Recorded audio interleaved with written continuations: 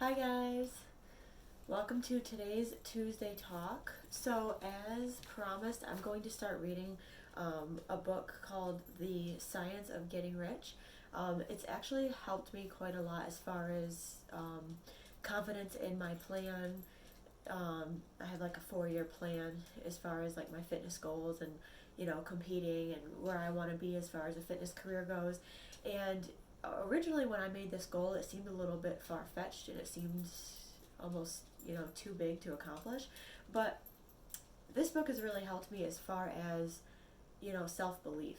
So if any of you have a goal, maybe you're just starting out or maybe you're somewhere in the middle and you're starting to doubt yourself, as far as self-doubt and um, belief in yourself goes, this book has been awesome. So I'm just going to jump right into it and start reading. I'm not sure if I'm not sure how much I'm going to read, but I'm going to elaborate on what it has resonated with me, and hopefully some of you guys can get something out of this. So the first chapter is called The Right to be Rich.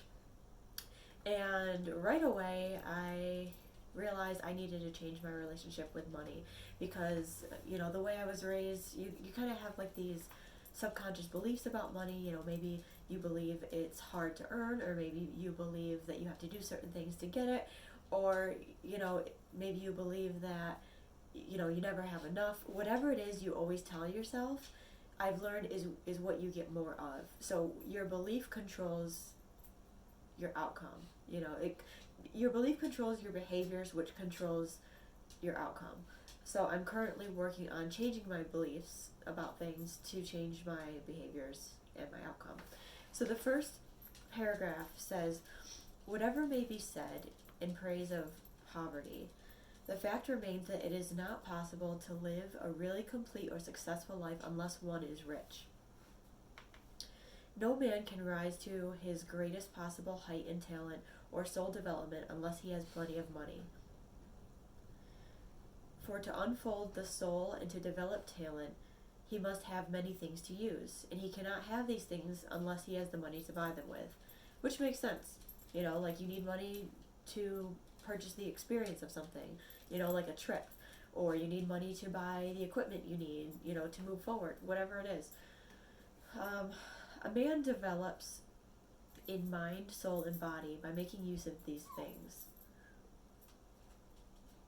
And society is so organized that man must have money in order to become the processor of things. Therefore, the basis of all advancement for man must be the science of getting rich. So this book isn't based on like the love of money itself as much as it is, wanting fuller expression for your life.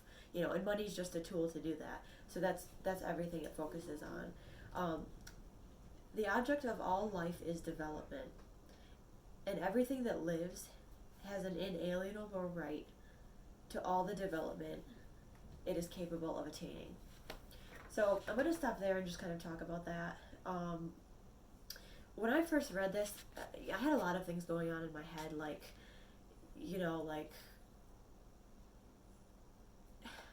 it goes back to what you were raised to believe. If you were raised religiously like I was, you hear things like money is the root of all evil, or like people focus on the bad guys that have a lot of money. And whether we realize it or not, those things subconsciously affect how we feel about it, at least for me.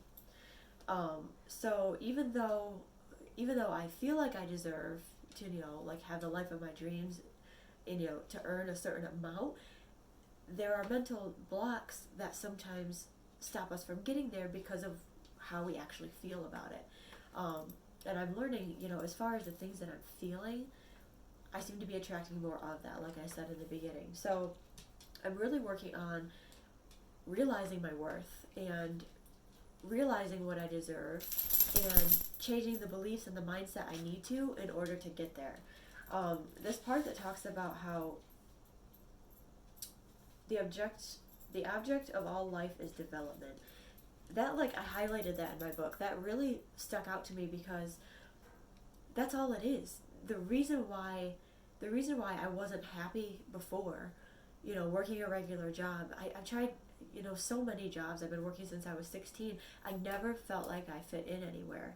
And I realized while I was reading this book, the reason why I felt that way was because I meant to express myself in a different way. And wanting money is just wanting a fuller life. It's not the physical paper money that we love about it. It's the security that it brings. It's the happiness that it brings. People say money doesn't buy happiness. I disagree with that. I really think, the experiences and the things you buy with money bring happiness, and there's nothing wrong with that. That's one of the things that I've had to change is I used to think, wanting things was materialistic, or wanting to achieve a certain, status was self-absorbed, and I mean, throughout my childhood, I've had friends who called me materialistic because of my focus. And, I've had an experience where a loved one, would tell me I'm self-absorbed. Those things damage you, like they stick in your head. And if they're misunderstood, which in my case I think they were, it can really affect how you feel about, what you deserve. So changing those subconscious beliefs is huge, and I'm still kind of in the process of that.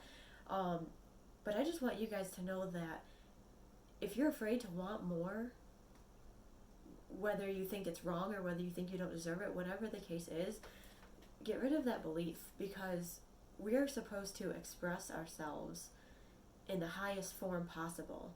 And I'm not saying don't be discontent.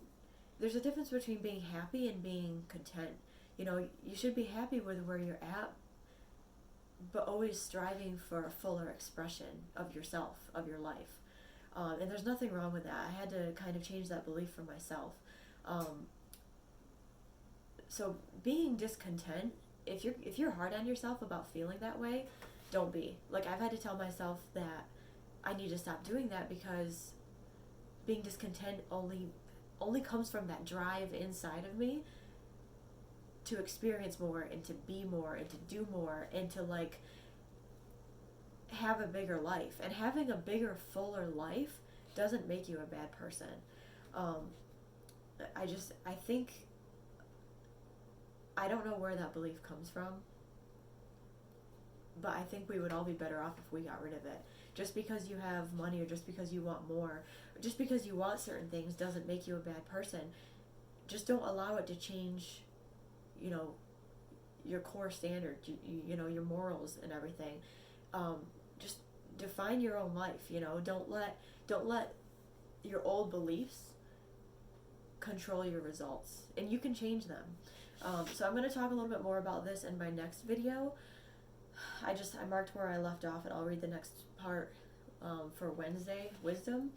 But I just kind of wanted to bring that up because I realized I was doing that to myself, and it's probably more common than I think, where people are holding themselves back without realizing it. You do deserve more, and there's nothing wrong with wanting more money, because it's just wanting a fuller expression of your life. And that's admirable, just control how you use it. Just control who you become. It doesn't mean that automatically you're going to become like this evil person who's like power hungry or whatever. You deserve more. And pinpointing the beliefs that are holding you back and working on them, once you change your beliefs, you can change your behavior. And once you change your behavior, you can change your results. So just tell yourself, I deserve more, and expect more of yourself. So that's all I got. And I will talk to you guys tomorrow.